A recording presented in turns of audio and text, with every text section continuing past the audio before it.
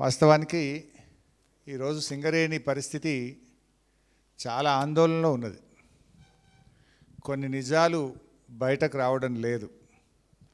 సింగరేణి ఒకప్పుడు సిరుల గని, ఇప్పుడు మేడిపండులాగా ఉంది సింగరేణి పరిస్థితి. పొట్ట విప్పు చూడు పురుగులుండు అన్నట్టు ఇవాళ సింగరేణి నిండా ఈ 2.5 సంవత్సరాల్లో స్కామ్ల గని అయిపోయింది. అది సింగరేణి స్కామ్ల గని అయిపోయింది. అయితే దాంట్లోకి పోయే ముందు అసలు సింగరేణిని కేసీఆర్ గారు ఆనాడు చంద్రబాబు నాయుడు వారసత్వ ఉద్యోగాలు తొలగిస్తే దాన్ని పునరుద్ధరించి 19,000 మందికి వారసత్వ ఉద్యోగాలు ఇప్పించి మళ్ళీ జీవం పోసింది మన కేసీఆర్, మన బీఆర్ఎస్. కానీ జరుగుతున్నది ఏంది? వారసత్వ ఉద్యోగాల మీద ఎంక్వైరీ వేస్తాం, వీలైతే గోల్డెన్ షేక్ హ్యాండ్ పథకం తెచ్చి ఉన్న ఉద్యోగాల నుంచి తొలగిస్తాం. ఇది కాంగ్రెస్ వైఖరి. ఉద్యోగాలు ఇచ్చుడు బీఆర్ఎస్, ఉన్న ఉద్యోగాలు తొలగించడం కాంగ్రెస్ వైఖరి.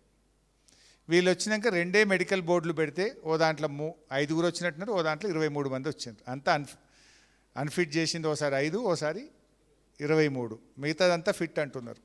ఓసారి మా రాజిరెడ్డి గారు, ఈశ్వరన్న, మేము సింగరేణి భవన్ పోయి మొత్తం బైపాస్ సర్జరీ అయిన వాళ్ళు, పక్షవాతం వచ్చిన వాళ్ళు, చేతుల సంచి పట్టుకొని మూత్రం రాకపోతే సంచి పట్టుకొని నడిచేటోళ్ళని కూడా ఫిట్ ఉందో నువ్వు పని చేయమంటే వాళ్ళందరినీ తీసుకుపోయి సీఎండీని కలిసి చాలా గట్టిగా వాళ్ళ పక్షాన కొట్లాడిన సందర్భం కూడా మీకు తెలుసు. కానీ పరిస్థితి ఏమైపోయిందంటే వాళ్ళు సింగరేణిని కాపాడాలనో సింగరేణి భవిష్యత్తు బాగుండాలనే ఆలోచనలో లేరు. ఇక మేము మళ్ళా గెలిచేది లేదు, అందిన కాడికి దోచుకోవాలనేటువంటి ధోరణిలో ఇవాళ కాంగ్రెస్ ప్రభుత్వం పనిచేస్తుంది. ముఖ్యంగా ఈరోజు సింగరేణిలో కొన్ని విషయాలు చూస్తే ఏం జరుగుతూ ఉంది. 9E బ్లాక్ది అయితే మీకు తెలుసు. ముఖ్యమంత్రి ఉప ముఖ్యమంత్రి మధ్య 9E బ్లాక్ పంచాయతీ లాస్ట్కు ఏదో ఉరుమురిగి విలేకరుల మీద పడ్డట్టు అది లాస్ట్కు కొంతమంది జర్నలిస్టులు అరెస్ట్ అయ్యేదాకా పోయి మంత్రులు బహిరంగంగా మా వాటాలేంది, మా కాంట్రాక్ట్ లేందని మంత్రులు, ఉప ముఖ్యమంత్రి, ముఖ్యమంత్రులు 9E కోల్ బ్లాక్ విషయంలో ఏ రకంగా రోడ్డు మీద పడ్డారో కూడా మీరందరూ చూసినారు కాంగ్రెస్ ప్రభుత్వంలో. అయితే ఈరోజు పరిస్థితి ఏమైపోయిందంటే మీరు అసలు ఈ సింగరేణికి కాంగ్రెస్ ప్రభుత్వం అధికారంలో వచ్చిన తర్వాత డ్యూస్ అనేది అడ్డగోలుగా పెరుగుతూ పోతూ ఉన్నాయి. అసలు డ్యూస్ చెల్లించడం లేదు. ఇప్పుడు సింగరేణి నుంచి ప్రభుత్వం బొగ్గు తీసుకుంటుంది, సింగరేణి నుంచి ప్రభుత్వం కరెంటు తీసుకుంటుంది. మరి మనం కూడా బొగ్గు తీసుకున్నాం, బీఆర్ఎస్ హయాంలో బొగ్గు తీసుకున్నాం. బీఆర్ఎస్ ప్రభుత్వం రాకముందే ఎంత డ్యూస్ ఉండే, బీఆర్ఎస్ రాకముందు ఎంత డ్యూస్ ఉండే, బీఆర్ఎస్ వచ్చినాక కోల్ డ్యూస్ ఎంత పెరిగినాయి అనేది ఒకసారి మీరు గమనిస్తే మనం 2014లో అధికారంలోకి వచ్చే నాటికే సింగరేణికి రాష్ట్ర ప్రభుత్వం డ్యూస్ ఉన్నాయి, ఓ 2.5-3 వేల కోట్లు ఉన్నాయి. మనం 10 ఏళ్ళు గవర్నమెంట్లో ఉన్నాం. పాతయి 3,000, మన 10 ఏళ్ళు కలిపితే 7,000 కోట్లు సింగరేణికి డ్యూ ఉండే. ఏది? టీఎస్ జెన్కో నుంచి బొగ్గుకు సింగరేణికి ఇవ్వాల్సిన డబ్బు 7,000 కోట్లు. అంటే పాతయి 3,000 ఉన్నాయి. మన ప్రభుత్వం రాకముందే 2-3 వేలు ఉంది. కొత్తగా మన హయాంలో ఎంత డ్యూ ఉన్నట్టు? 4,000 కోట్లు. ఈరోజు ఎంత ఉందో తెలుసా మీకు? 21,000 కోట్లు. ఇది బొగ్గుది మాట్లాడుతున్నాం. సింగరేణికి కరెంటు ఇస్తుంది, సింగరేణి రాష్ట్రానికి బొగ్గు ఇస్తుంది. నేను ఇప్పుడు బొగ్గుది మాట్లాడుతున్నా. టీఎస్ జెన్కోకి ఇచ్చిన బొగ్గు మనం దిగిపోయే నాటికి రాష్ట్ర ప్రభుత్వ డ్యూస్ 7,000 కోట్లు. ఈరోజు రాష్ట్ర ప్రభుత్వం డ్యూస్ ఎంత అంటే 21,000 కోట్లు. అంటే ఎంత పెరిగింది 2.5 సంవత్సరాల్లో? 14,000 కోట్లు. 14,000 కోట్లు పెరిగింది. 7 నుంచి 21. 14,000 కోట్లు 2.5 సంవత్సరాల్లోనే రాష్ట్ర ప్రభుత్వం 14,000 కోట్లు సింగరేణికి బాకీ పడ్డది. ఇది కాంగ్రెస్ ప్రభుత్వం. మనం 10 ఏళ్లలో బాకీ పడ్డది ఎంత? 4,000. 2.5 ఏళ్లలో రేవంత్ రెడ్డి ప్రభుత్వం బాకీ పడ్డది ఎంత? 14,000 కోట్లు. ఇక ఉంటుందా సింగరేణి? అంటే మనం కట్టుకుంటూ పోయినాం. కొంత మధ్యలో 2 ఏళ్ళు కరోనా వచ్చింది. కరోనా వచ్చి ఆర్థిక సంక్షోభం వచ్చి ప్రభుత్వంలో ఎకానమీ స్లో డౌన్ అయ్యి కరోనా వల్ల కొంత ఇబ్బంది కలిగి ఆ 2 ఏళ్ళు కొంచెం పేమెంట్ చేయలేము మనం. అందువల్ల ఈ 4,000 కోట్లు డ్యూ వచ్చింది. బట్ వీళ్ళకి ఏమైంది? ఇప్పుడు ఒక్క రూపాయి కూడా బొగ్గుకి ఇస్తలేరు సింగరేణికి. దాంతో 14,000 కోట్లు కేవలం కాంగ్రెస్ ప్రభుత్వం 2.5 ఏళ్లలో బొగ్గు తీసుకొని సింగరేణికి ఒక్క రూపాయి ఇవ్వలేదు. నంబర్ 1. ఇక కరెంటు చూస్తే దాదాపు అదొక 20,000 కోట్లు ఉంది. రెండు కలిపితే మీరు అన్నట్టు 50,000 కోట్ల పైచిలకు డ్యూస్ ఉన్నాయి. సింగరేణి అంటే మీకు ఏం తెలుసు? ఇంతకుముందు బ్యాంకులలో ఫిక్స్డ్ డిపాజిట్ ఉంటుంది. సింగరేణి పైసలు 3,000 కోట్లు 4,000 కోట్లు బ్యాంకులో ఫిక్స్డ్ డిపాజిట్ ఉంటుంది అనేది ఒకప్పటి మాట.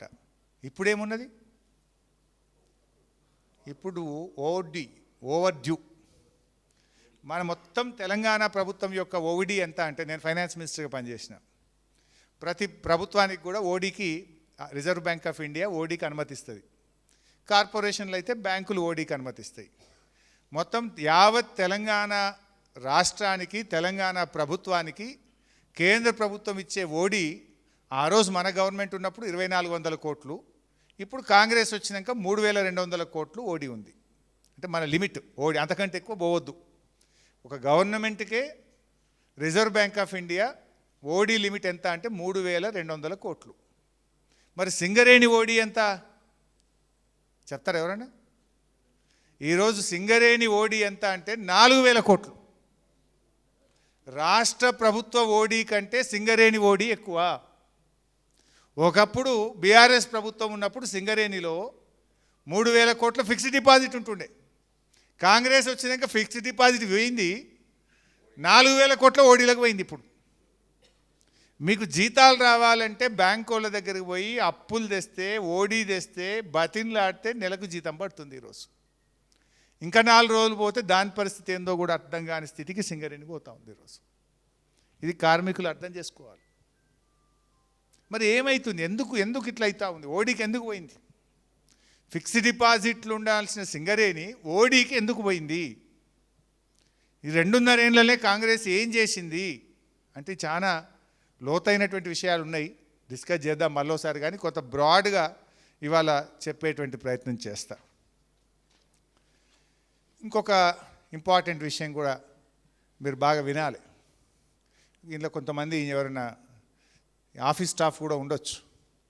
మీరు సింగరేణి వెబ్సైట్లో పోతే ఏం చెప్తున్నారంటే 40 లక్షల మెట్రిక్ టన్నుల బొగ్గు మన దగ్గర ఈ వేరియస్ పాయింట్స్లో స్టాక్ ఉంది అని చూపిస్తున్నారు. 40 లక్షల మెట్రిక్ టన్నుల బొగ్గు ఉత్పత్తి చేసినాము. డిమాండ్ లేకపోవడం వల్ల ఒక్కొక్క బొగ్గుబాయి మీద ఇంత స్టాక్ ఉన్నది అని సింగరేణి అఫీషియల్ వెబ్సైట్లో చూపిస్తుంది. 40 లక్షల మెట్రిక్ టన్నుల బొగ్గు. ఎంత? మందమర్రి బొగ్గుబాయి మీద 7,20,000 మెట్రిక్ టన్నుల బొగ్గు స్టాక్ ఉందట. ఉన్నారా మందమర్రిలో? ఇది సింగరేణి వెబ్సైట్లో చూడండి, అఫీషియల్ వెబ్సైట్లో సింగరేణిలో మందమర్రి బొగ్గుబాయి దగ్గర 7,20,000 మెట్రిక్ టన్నుల బొగ్గు స్టాక్ ఉంది. ఎస్ఆర్పి అంటే మన శ్రీరాంపూర్ బొగ్గుబాయి దగ్గర 8 లక్షల మెట్రిక్ టన్నుల బొగ్గు స్టాక్ ఉన్నది. RG1 6 లక్షల మెట్రిక్ టన్నుల బొగ్గు స్టాక్ ఉంది. RG3 బాయి మీద 4 లక్షల మెట్రిక్ టన్నుల బొగ్గు స్టాక్ ఉన్నది. BHPL భద్రాద్రి భూపాలపల్లి బొగ్గుబాయి మీద మా రమణన్న పోయి చూడాలి రేపు, కార్మికులను తోలుకొని పోయి 5,40,000 మెట్రిక్ టన్నుల బొగ్గు స్టాక్ ఉంది. అరే మరి సింగరేణి అఫీషియల్ వెబ్సైటు, నీకని చాలా గమ్మత్ చెప్తా వినండి. YLD ఇల్లెందు బొగ్గుబాయి మీద 3,50,000 బొగ్గు స్టాక్ ఉన్నది.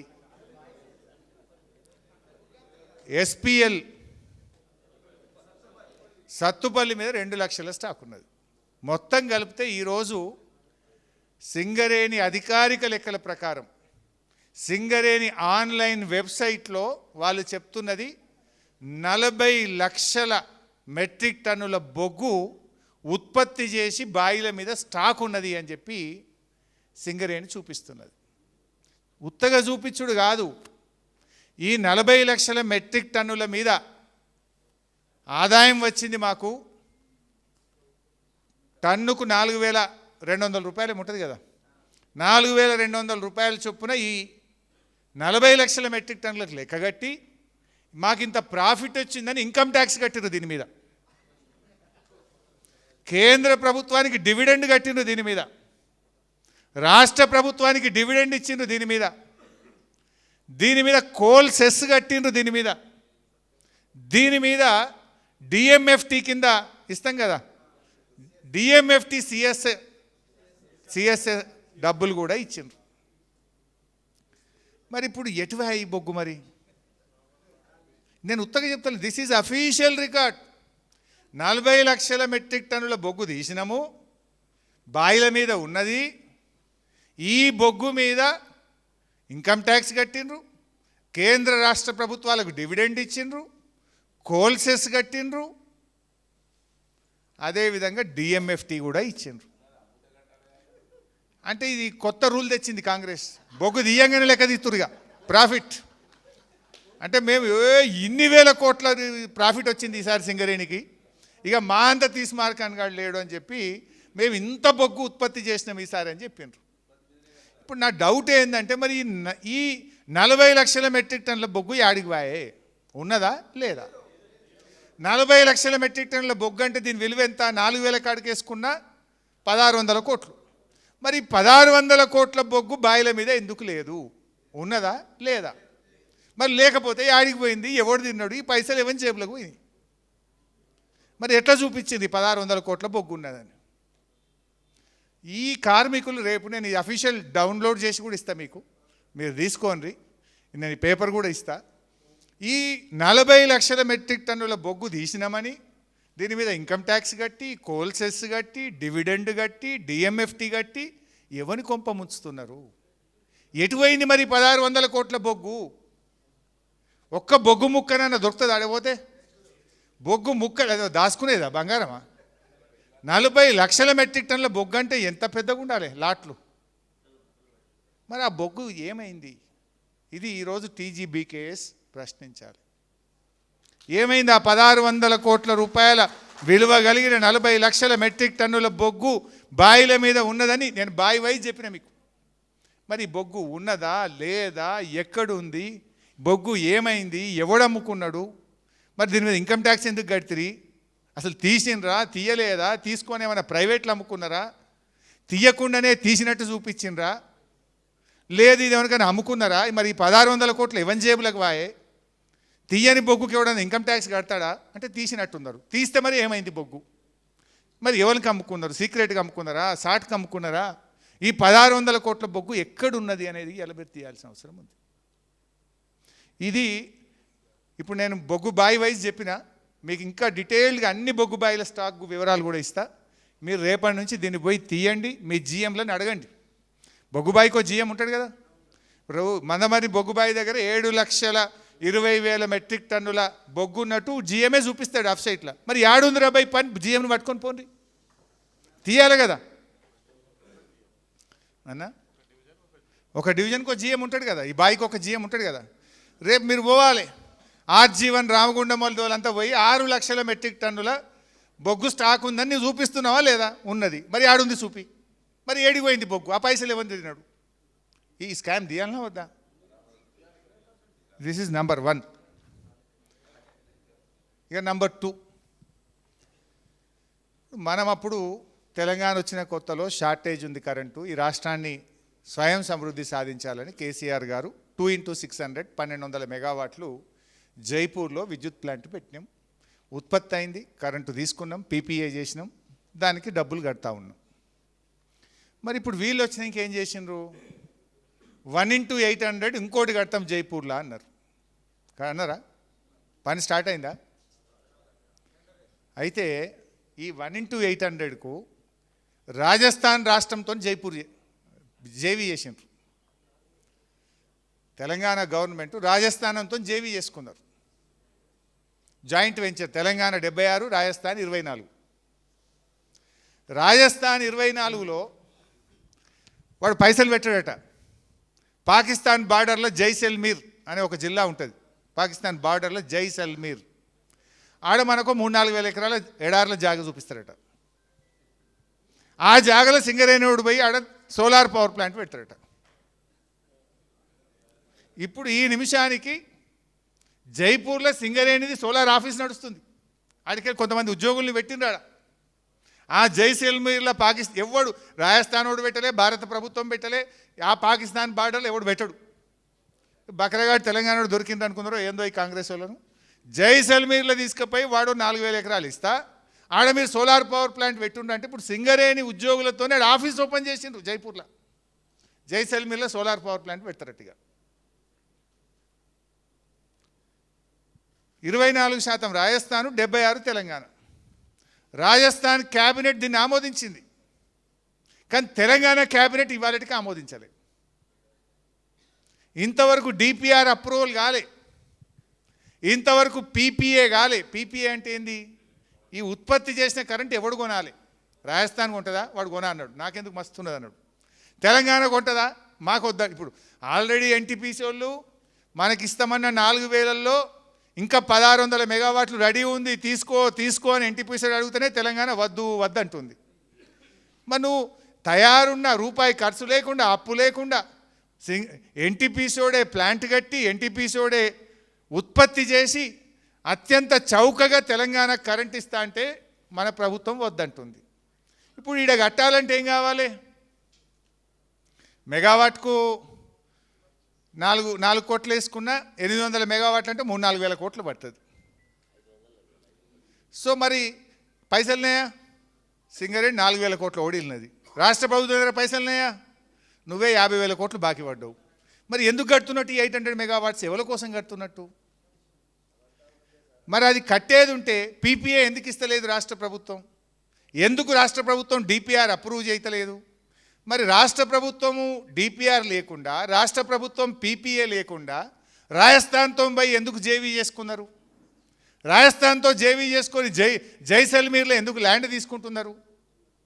రాష్ట్ర ప్రభుత్వం అనుమతి లేనిదే జైపూర్లో పోయి మీరు సింగరేణి ఆఫీస్ ఎందుకు ఓపెన్ చేసిండ్రు? అసలు ఏం జరుగుతుంది దీని వెనుక? ఇదంతా బయటకు రావాలి. ఇందులో ఇంకో కోణం ఉన్నది. పీపీఏ లేదు, డిపిఆర్ అప్రూవల్ కాలేదు, ఆల్రెడీ బిహెచ్ఎల్కి ఆర్డర్ ఇచ్చేసిండ్రు. సివిల్ వర్క్లకు టెండర్లు పిలిచిండ్రు, సివిల్ వర్కులు స్టార్ట్ అయినాయి. డిపిఆర్ లేకుండా, పీపీఏ లేకుండా సివిల్ వర్కులు స్టార్ట్ చేయొచ్చునా? ఇప్పుడు ఏమైంది? మధ్యలోకి పోయినరు. బ్యాంక్ లోన్ కావాలంటే ఏం కావాలి? డిపిఆర్ కావాలి. బ్యాంక్ లోన్ కావాలంటే పీపీఏ కావాలి. ఎవడు కొంటాడు ఈ కరెంట్ అనేది? రాష్ట్ర ప్రభుత్వంతో పీపీఏ కావాలి. పీపీఏ లేదు, డిపిఆర్ లేదు, ఎవడు అప్పిత్తలేడు. ఎవడు అప్పియపోయే వరకు సగంలో పనులు ఆగిపోయినాయి. ఈ థర్మల్ ప్లాంట్ ఎట్లుంటుందంటే రోజుకు ₹1,00,00,000 లాస్ అవుతుంది లేట్ అయితే. ఒక రోజు లేట్ అయితే ₹1,00,00,000 దాని రేటు పెరుగుతూ ఉంటుంది. సంవత్సరానికి 365 కోట్లు లాస్ అవుతుంది. ఇప్పటికి ఎన్ని రోజులు అయింది? ఏడాదిని అర్థం నుంచి అది సగంలో ఆగిపోయి ఉన్నది. దానికి ఆఫీసర్లను పెట్టిండ్రు, పనులు స్టార్ట్ చేసిండ్రు, బిహెచ్ఎల్కు ఆర్డర్ ఇచ్చిండ్రు. దానికి నా పీపీఏ లేదు, నా డిపిఆర్ లేదు. ఇప్పుడు ఏడాదిని అర్థం లేట్ అయిందంటే 800 కోట్లు సింగరేణి లాస్ అయినట్టే. 800 కోట్లు సింగరేణి నష్టపోయినట్టే ఈ నిమిషానికి. అంటే ఏంటి? కమిషన్లు, హడావిడిగా కమిషన్ల కోసం ఆర్డర్లు ఇచ్చిండ్రు, టెండర్లు పిలిచిండ్రు, ఉన్న డబ్బులకి వెళ్ళి వాళ్ళకి పేమెంట్ చేసిండ్రు. అందుకే ఫిక్స్డ్ డిపాజిట్లు కరిగిపోతున్నాయి. ఎన్ని సోలార్ పవర్ ప్లాంట్లు పెట్టిండ్రంటే 106 మెగావాట్లకు ఒక టెండర్ పిలిచిండ్రు, 98 మెగావాట్లకు ఒక టెండర్ పిలిచిండ్రు. ఇప్పుడు టెండర్లు పిలిచిండ్రు, సోలార్ ప్లాంట్లు కట్టిండ్రు, అది ఎవడు తీసుకుంటలేడు, సింక్రనైజ్ అవుతలేదు. ఉత్పత్తి చేసిన కరెంటుకు ఎవడు పీపీఏ తీసుకుంటలేదు రాష్ట్ర ప్రభుత్వం. ఎందుకు అంత పిలిచిందంటే దాంట్లో కూడా పెద్ద కథ ఉన్నది, మళ్ళీ డీటెయిల్గా చెప్తే ఎప్పుడన్నా. ఆ సోలార్ టెండర్ల వెనుక జరిగిన అవినీతి ఏంది, ఆ టెండర్ కండిషన్స్ ఎట్లా పెట్టిండ్రు. బయట సోలార్ కరెంట్ కావాలంటే 2.5-3 రూపాయలకు సోలార్ పవర్ ఇలా 1 మెగావాట్ ఉత్పత్తి అవుతుంది. సింగరేణి ఇచ్చిన టెండర్లు ₹4.02, ₹3.90, ₹5 కూడా ఇచ్చారు ఈ కాంగ్రెస్ గవర్నమెంట్లో. అంటే అది ఎంత భారం పడబోతుంది సింగరేణి మీద. ఎవరి డబ్బులు ఎట్లా ఖర్చు పెడుతున్నారు. కొత్త బొగ్గుబాయిలు ఓపెన్ చేయాలి, మన కేంద్ర ప్రభుత్వం నుంచి కొత్త బ్లాకులు తెచ్చుకోవాలి, నైనీ ఓపెన్ చేయాలి, దీని మీద దృష్టి లేదు. మేము సోలార్ పవర్ ప్లాంట్లు పెడతాం, కొత్తగా థర్మల్ పవర్ ప్లాంట్ పెడతాం. పోనీ థర్మల్ ప్లాంట్ పెడితే రాష్ట్ర ప్రభుత్వం పీపీఏ చేసుకోవాలి కదా. నువ్వు పీపీఏ చెయ్యవు, నువ్వు డిపిఆర్ అప్రూవ్ చెయ్యవు, రాజస్థాన్ 90 చేసుకొని వచ్చిండ్రు. అదో పెద్ద స్కామ్ జరుగుతూ ఉంది. సోలార్ పవర్ పేరు మీద దాదాపు 300 మెగావాట్లు టెండర్లు పిలిచి అలా మొబిలైజేషన్ అడ్వాన్స్ పెట్టిండ్రు. టెండర్ కాగానే మనకి 10% ఇక వీళ్ళ లెక్క సెట్ అయిపోతుంది. మొబిలైజేషన్ అడ్వాన్స్ మన గవర్నమెంట్ ఉన్నప్పుడు ఓన్లీ పని చేస్తేనే పైసలు ఇచ్చినాం. ఇవాళ మొబిలైజేషన్ అడ్వాన్సులు పెట్టి టెండర్ కాగానే 10% ఇచ్చుడు, కమిషన్లు కొట్టుడు. అట్లా ఇవాళ 300 మెగావాట్ల సోలార్ పవర్ ప్లాంట్ల కుంభకోణం జరిగింది సింగరేణిలో. ఇవాళ జైపూర్ పవర్ ప్లాంట్ వెనుక ఒక పెద్ద కుంభకోణం జరుగుతూ ఉంది సింగరేణిలో. ఇవాళ 40 లక్షల మెట్రిక్ టన్నుల బొగ్గు బాయిల మీద స్టాక్ ఉందని చెప్పి ఒక పెద్ద స్కామ్ జరుగుతూ ఉంది ఈరోజు సింగరేణిలో. ఇట్లా చెప్పుకుంటూ పోతే ఇంకా అనేక విషయాలు ఉన్నాయి. ఒకవైపు ఏమో 4,000 కోట్ల ఓడి, ఇంకోవైపు ముఖ్యమంత్రి ఫుట్బాల్ షోకుల కోసం సింగరేణి పైసలు ఇస్తారు. వాడెవడో వచ్చి ఈడ ఫుట్బాల్ ఆడితే రేవంత్ రెడ్డికి వానితో ఆడాలనే షోకు ఉంటే సింగరేణి పైసలు కోట్ల కొద్ది డబ్బులు ఇచ్చి రేవంత్ రెడ్డి ఫుట్బాల్ షోకులు తీర్చుకుంటాడు. ఇదంతా కూడా ఒక సింగరేణిని అసలు ఒక బంగారు బాతుగా ఉండే సింగరేణిని ఇలా ఆగం చేసేటువంటి పరిస్థితి జరుగుతూ ఉంది. తెలంగాణకు ఏ రాష్ట్రానికి లేనంత గొప్ప అవకాశం సింగరేణి. దాన్ని ఈరోజు అప్పుల ఊబిలోకి నెట్టేసి అసలు సింగరేణి మనుగడనే ప్రశ్నార్థకం చేసే వైపు తీసుకుపోతూ ఉన్నారు. ఇంకా చాలా డీటెయిల్స్ ఉన్నాయి. నేను ఇంకా ఎప్పుడైనా కలిసినప్పుడు ఒకసారి వీలైతే ఆడ ఒకటి కార్మికులతో మీటింగ్ పెట్టండి, మొత్తం డీటెయిల్డ్గా ఈ విషయాలన్నీ కూడా బయట పెడదాం ఏం జరుగుతూ ఉందో. ఇప్పుడు నేను చెప్పిన మీకు బొగ్గు బాయిలలో ఎక్కడెక్కడ ఎంత స్టాక్ ఉన్నదో రేపొద్దున మీ జీఎంలను కలవండి, మీ స్థానిక మాజీ శాసనసభ్యులు, పార్టీ నాయకులు, మీరు వెళ్ళి మరి స్టాక్ ఉందా చూపిమని అడుగుంది. లేదా ఎటుపోయినట్టు ఈ బొగ్గు దాచుకుందానికి ముక్క కాదు కదా, ఇది బంగారం కాదు కదా. 40 లక్షల మెట్రిక్ టన్నుల బొగ్గు స్టాక్ ఉందంటున్నారు. ఉంటే యాడుంది మరి? లేనిదే ఎందుకు ఇన్కమ్ ట్యాక్స్ కట్టిండ్రు, ఎందుకు డివిడెండ్ ఇచ్చిండ్రు, ఎందుకు కోల్ సెస్ కట్టిండ్రు, ఎందుకు ఇవన్నీ చేసిండ్రో ఇవాళ అడగాల్సినటువంటి అవసరం ఉంది. అంటే మొత్తంగా ఏమైపోయిందంటే వీళ్ళు లెఫ్ట్ అండ్ రైట్ ఆ సింగరేణిని ఇలా అయోమయం అయిపోయింది. ఇలా నేను కిషన్ రెడ్డి గారిని కూడా డిమాండ్ చేస్తూ ఉన్నా. ఆ మధ్య నైనీ కోల్ బ్లాక్ టెండర్లు జరిగినాయి. సరే అదొక విషయం ఉంది, సైట్ విజిట్ సర్టిఫికెట్, దానికి కూడా బట్టి గారు కవరింగ్ ఇచ్చిండ్రు. లే గతంలో ఉంది లేదా ఇంకెక్కడో ఉంది అని. సైట్ విజిట్ సర్టిఫికెట్ ఎప్పుడు కూడా ఓపెన్ కోల్ బ్లాక్లు లేదు. నేను ఇంకోటి మీరు ఎవరైనా గమనించిందో లేదో, ఈ సైట్ విజిట్ సర్టిఫికేట్ వచ్చినాక ఓబీ టెండర్లన్నీ కూడా +6 +7 పోతున్నాయి అని ముఖ్యమంత్రి బావమర్ది సుజన్ రెడ్డికి ఎట్లు ఇచ్చిండ్రు, లేదా ఇంకొక బ్లాక్ ఎట్లు ఇచ్చిండ్రు, ఎంత ఎక్సెస్ పోయిందో నేను చెప్తూ ఇంకో విషయం బయట పెట్టాను నేను. శ్రీరాంపూర్ ఓబీ టెండరు 7 సార్లు ఫైనాన్షియల్ బిడ్ పిలవడానికి డేట్ ఇచ్చి 7 సార్లు వాయిదా వేసిండ్రు. యాక్చువల్గా సింగరేణి ఎట్లుంటుంది అంటే ఒక్కొక్క రోజు కూడా కాస్ట్లీ, ఒక రోజు కూడా వేస్ట్ చేయరు. వెంటనే టెండర్లు పిలిచి ఫైనల్ చేసి బొగ్గు ఉత్పత్తి పెంచితేనే సింగరేణి బతుకుతుంది, సింగరేణి ప్రాఫిట్లకు పోతుంది. ఒక రోజు లేట్ అయితే సింగరేణి కొంత లాస్ అవుతుంటుంది. కానీ ఒక 6 నెలలు శ్రీరాంపూర్ టెండర్ను టెక్నికల్ బిడ్ ఓపెన్ చేసిండ్రు, ఫైనాన్షియల్ బిడ్కు వాయిదా, దానికి సైట్ విజిట్ సర్టిఫికేట్ పెట్టిండ్రు. బీఆర్ఎస్ దాన్ని బయట పెట్టి గట్టిగా అడిగితే అది ఓపెన్ చేస్తే -20 టెండర్ పోయింది. అది -20 ఎంత పోయింది కదా, ఎస్ఆర్పి -20 పోయింది.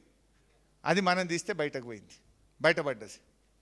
అంటే లేకపోతే ఎంత స్కామ్. మనం చెప్పినాకనే ఇప్పుడు సైట్ విజిట్ సర్టిఫికేట్ బంద్ అయింది.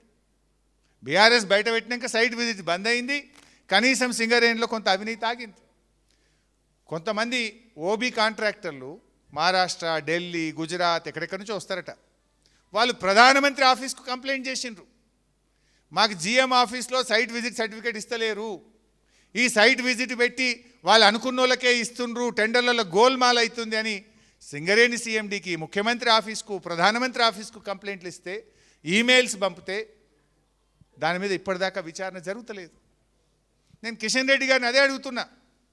కిషన్ రెడ్డి గారు, మీరు కేంద్ర బొగ్గు గనుల శాఖ మంత్రి, కాంగ్రెస్కు బీజేపీకి మధ్య సంబంధం లేకపోతే 40 లక్షల మెట్రిక్ టన్నుల బొగ్గుబాయిల మీద నిల్వ ఉందని ఇలా సింగరేణి అఫీషియల్ వెబ్సైట్లో ఉంది. అది ఎక్కడ ఉన్నదో ఆ బొగ్గు ఇన్స్పెక్షన్ చేయింది, యాక్షన్ తీసుకోండి. గతంలో నైనీ కోల్ బ్లాక్ విషయంలో మనం సైట్ విజిట్ సర్టిఫికేట్ను బయట పెడితే కేంద్ర ప్రభుత్వ అధికారులు వచ్చి ఎంక్వైరీ చేసినారు. ఆ ఎంక్వైరీ రిపోర్ట్ బయట పెట్టండి. ఎందుకు సీక్రెట్ పెడుతున్నారు? కేంద్ర ప్రభుత్వ అధికారులు వచ్చి ఎంక్వైరీ చేసింది, అప్పుడు కమిటీ వచ్చింది. మరి ఆ కమిటీ ఏం తేల్చింది, కమిటీ రిపోర్ట్లో ఏమొచ్చింది, దాన్ని ఈరోజు వరకు కేంద్ర ప్రభుత్వం ఎందుకు పబ్లిక్ డొమైన్లో పెట్టలేదు, దాన్ని బయట పెట్టాలని చెప్పి కూడా నేను ఈరోజు డిమాండ్ చేస్తూ ఉన్నా. ఇప్పుడు నేను మీతో కోరేది చాలా విషయాలు ఉన్నాయి, కానీ మీరు యూనిటీగా లేకపోతే ఇది టీజీబీకేఎస్ భవిష్యత్తే కాదు, మొత్తం సింగరేణి భవిష్యత్తే ప్రశ్నార్థకమవుతుంది. మొత్తం తెలంగాణ రాష్ట్రానికే నష్టం జరిగేటువంటి పెను ప్రమాదంలోకి కాంగ్రెస్ ప్రభుత్వం మన సింగరేణిని నెడతా ఉంది. అందువల్ల మీరు మేల్కోవాలి. ఇది మన సంఘం కోసమే కాదు, యావత్ తెలంగాణ కోసం, సింగరేణిని కాపాడుకోవడం కోసం ఈరోజు మా కార్మికులందరినీ ఒక్కతాటి మీదకి తెచ్చి పోరాడాల్సినటువంటి సమయం వచ్చింది. కాంగ్రెస్ కో హటావ్, సింగరేణికో బచావ్ అనేటువంటి నినాదంతో ఈరోజు వెళ్ళకపోతే ఇక ఈ సింగరేణి మిగలదు అనేటువంటి విషయాన్ని నేను మీకు చెప్తాను. నేను మచ్చుకు మాత్రమే, నేను సడన్గా పిలిచిన్నాను. నేను ముందు వచ్చే ఆలోచన ఉంటే మొత్తం ప్రిపేర్ అయ్యి అని చెప్పుతుంటే డాక్యుమెంటే ఇస్తుంటే, నేనేదో వేరే ప్రెస్ మీట్ ఉందని తెలంగాణ భవన్కి వస్తుంటే ఈయనంగా వస్తున్నట్టే జర వచ్చిపో అంటే వచ్చిన. నేను మహేశ్వరని వెళ్తే మహేశ్వరని నన్ను మొదలు విలువలే. అయితే సడన్గా ఇప్పటిప్పుడు కూర్చొని ఏదో 4 ముక్కలు యాదికి వచ్చినాయి అని పేపర్ మీద రాసుకొని చెప్పే ప్రయత్నం చేసిన. బట్ ఇంకా చాలా డీటెయిల్స్ ఉన్నాయి. నిజంగా కూడా చాలా గంభీరంగా ఉంది పరిస్థితి, చాలా గంభీరంగా ఉన్నది పరిస్థితి. మీరు అసలు రేపు జీతాలు కూడా రాని పరిస్థితి ఏర్పడుతుంది. 4,000 కోట్ల ఓడీలో ఉందంటే మీరు ఆలోచించండి. 3,000 కోట్ల ఫిక్స్డ్ డిపాజిట్లు ఉన్న సింగరేణి ఇవాళ 4,000 కోట్ల ఓడీలోకి పోయింది. రాష్ట్ర ప్రభుత్వ ఓడీ 3,200 కోట్లు, సింగరేణి ఓడీ 4,000 కోట్లు. అంటే మొత్తం తెలంగాణ రాష్ట్రం ఓడీ కంటే సింగరేణి ఓడీ ఎక్కువ. ఎటుపోతుంది సింగరేణి? ఇది మేల్కొనాల్సిన సమయం, అలర్ట్ కావాల్సినటువంటి సమయం. దీని విషయంలో కార్మికుల్లో చైతన్యం కల్పించాల్సిన అవసరం ఉంది. కార్మికులందరినీ ఒకతాటి మీద తేవాల్సినటువంటి అవసరం ఉంది. ఇది అందరం కలిసి, ఎందుకంటే మనం ఈ రాష్ట్రం కోసం పోరాడిన వాళ్ళం, తెలంగాణ సాధించిన వాళ్ళం, తెలంగాణకి ఇంత గొప్ప వనరుగా ఉన్నటువంటి సింగరేణిని మరి నిలబెట్టుకొని కాపాడుకునేటువంటి బాధ్యత మరి కార్మికులుగా, తెలంగాణ ఉద్యమకారులుగా మనందరి మీద ఉంది అనేటువంటి విషయాన్ని మనవి చేస్తూ, చిన్న చిన్న భేదాభిప్రాయాలు పక్కన పెట్టి, చాలా క్వశ్చన్లు వచ్చినట్టున్నాయి, ఆన్సర్లు వచ్చినట్టున్నాయి. ఇంకా మీరు అలా తవ్వుకుంటూ పోతే మనం మునుగుడు కాదు, సింగరేణి మునుగుతుంది. అన్ని పక్కన పెట్టండి, ఐక్యంగా కండి, సంఘాన్ని బలోపేతం చేయండి, కలిసి వచ్చే వాళ్ళందరినీ కలుపుకొని పోండి. సింగరేణిని కాపాడుకోవడం కోసం ముందుకు పోవాల్సినటువంటి అవసరం ఉందని తెలియజేస్తూ నన్ను ఆహ్వానించేందుకు ధన్యవాదాలు. జై తెలంగాణ.